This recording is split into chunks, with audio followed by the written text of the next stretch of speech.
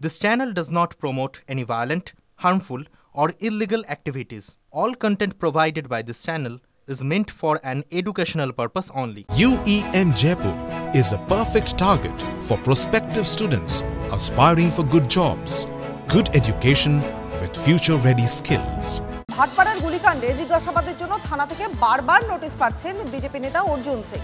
এর মধ্যে আবার হালি শহরে অর্জুন ঘনিষ্ঠ বিজেপি কর্মীকে খুনের চেষ্টার অভিযোগ, ইট দিয়ে থেতলে খুনের চেষ্টা রাজু দেখে।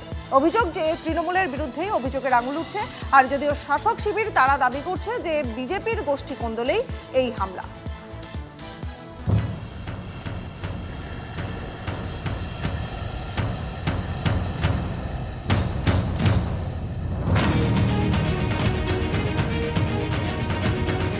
কলকাতা হাইকোর্টের নির্দেশে আপাতত স্বস্তিতে ব্যারাকপুরের প্রাক্তন বিজেপি সাংসদ অর্জুন সিং।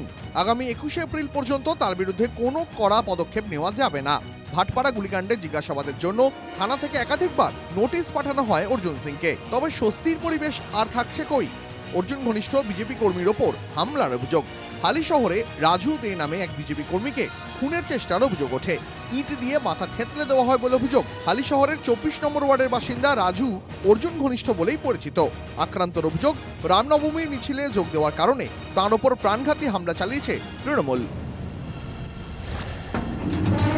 আহতকে প্রথমে কল্যাণী জওহরলাল নেহরু হাসপাতালে নিয়ে যাওয়া হয়, তারপর তাকে এইমসে পাঠানো হয়। তার মাথায় 28টি সেলাই পড়েছে বলে হাসপাতাল সূত্রে খবর। বাপ্পার যে মেন ছিল, ওর কাছে একটা রিভলভার ছিল। আমাকে হঠাৎ করে আচমকা গাড়িতে দাঁড় করে, গাড়িতে কার্তিক মহারাজকে আনা, রামনবমী র্যালি করা, পদযাত্রা করা বলে কোনো কারণ নেই মারা ছিল।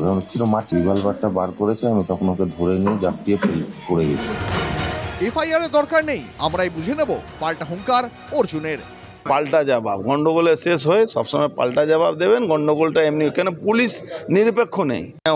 ওরা তো চেষ্টা করেছিল মেরে দেওয়ারে, কপাল ভালো ছিল, সঠিক জায়গা লাগেনি, এই জন্য বেঁচে আছে। যখন পুলিশ আর গুন্ডা এক জায়গা হয়ে যায় প্রশাসন, তখন এই সমস্যাটা বাড়ে। এই হামলার পিছনে বিজেপির গোষ্ঠী কোন্দলকেই দায়ী করছে শাসক শিবির।